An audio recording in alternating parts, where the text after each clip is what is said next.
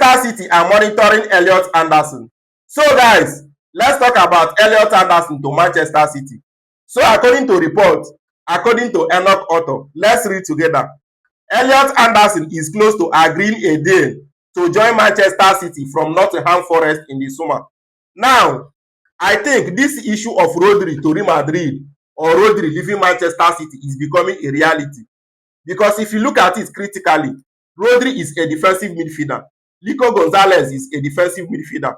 Elliot Anderson is equally a defensive midfielder. So if Manchester City are going for Elliot Anderson, I think he is coming in as a replacement for Rodri. But for now, it's not yet confirmed whether Rodri will be leaving Manchester City or not.